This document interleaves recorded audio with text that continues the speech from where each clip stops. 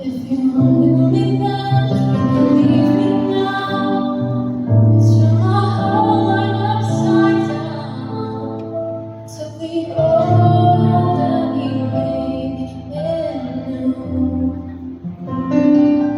That's just what the mercy of God can do. Now I'm alive to tell the story how I overcome. It's His goodness and mercy and the power of His blood.